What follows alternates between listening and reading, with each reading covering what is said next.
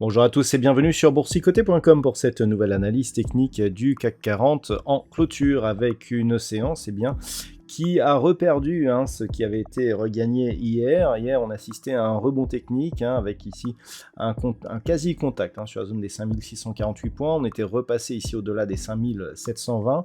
Mais au final, tout s'est redégonflé aujourd'hui puisqu'on est reparti ici à la baisse. On a ouvert au plus haut de la séance et puis au final on est venu casser ici la zone de point bas de la veille. On a testé donc la zone des 5648 avant de revenir légèrement au-dessus en clôture, puisqu'à 5676,87 le CAC 40 repère ce soir 1,53% par rapport à la clôture de la séance précédente. Alors c'est tout à fait en ligne avec les statistiques que nous avions hier soir, à savoir ici une poursuite de la baisse qui pourrait reprendre par la suite. On va voir que ça évoluait un petit peu avec la configuration du jour.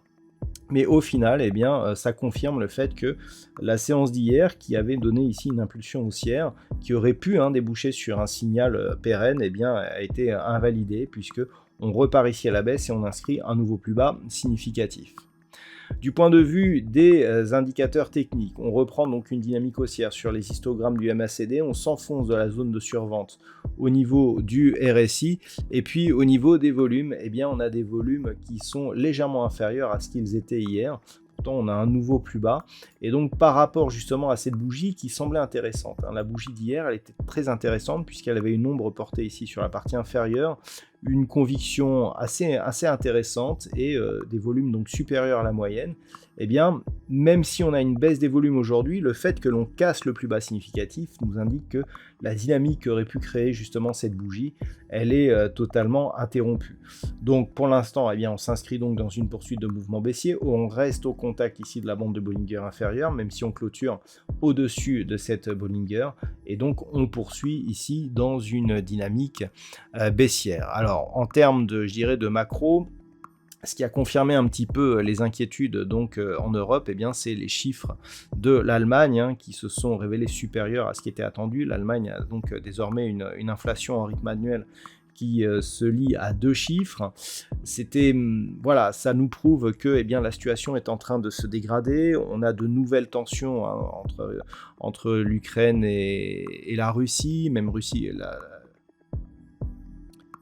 on a même des déclarations de Vladimir Poutine qui commencent directement à s'en prendre à l'Occident. Donc tout cela tend un petit peu les marchés et donc cela se confirme, se traduit donc par cette poursuite de mouvement qui est donc venue chercher un nouveau support significatif. Au niveau du palmarès des valeurs, on a donc pas mal de valeurs en baisse, on n'a que 4 valeurs en hausse, donc Thales qui est aujourd'hui le gagnant du jour, 2,76%. Derrière nous avons Safran, Total Energy et Pernod Ricard. Au chapitre des plus fortes baisses, là par contre on a quelques gadins, on a Alstom et Renault qui perdent plus de 7%, et derrière on a Carrefour, ST Microélectronique, Worldline ou Vivendi qui perdent toutes plus de 5%, donc des baisses assez marquées pour cette séance, et donc pour cette configuration ici, on a donc tous les éléments qui peuvent nous confirmer une poursuite du mouvement baissier. Donc, dans cette configuration, qu'est-ce que l'on peut attendre? Alors, pour demain, la zone ici à observer sera la zone des 5648 points. C'est la zone qui a été testée aujourd'hui, je vous en parlais déjà hier, et depuis le franchissement donc confirmé de cette zone des 5720, c'est cette zone qu'il va falloir observer. En dessous, nous avons plusieurs zones qui sont des zones mineures. Encore une fois, je le dis et je le répète, ce sont des zones qui sont anciennes, donc qui peuvent être un peu moins fiables que celles que nous avions auparavant. Donc en dessous, on citera les zones des 5585, 5520 et 5470 points.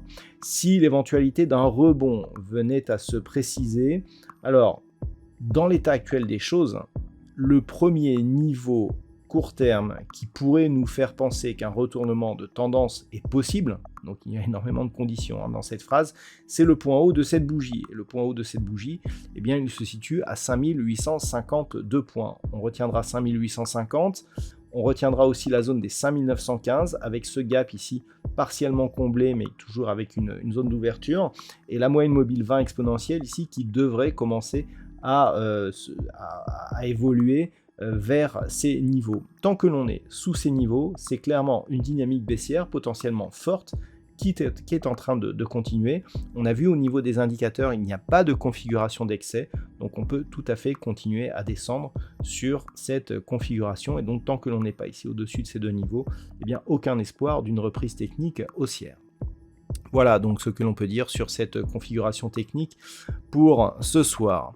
D'un point de vue statistique, donc dans le suivi des statistiques qui ont été dévoilées hier soir et qui se sont vérifiées aujourd'hui, on a une configuration qui est tout à fait dans la lignée. Alors, pour demain, donc pour la fin de la semaine, on pourra avoir un léger rebond technique pour demain, mais qui serait suivi par une reprise du mouvement baissier, avec donc un point bas qui pourrait être atteint vendredi prochain. Donc attention, ce ne sont que des statistiques.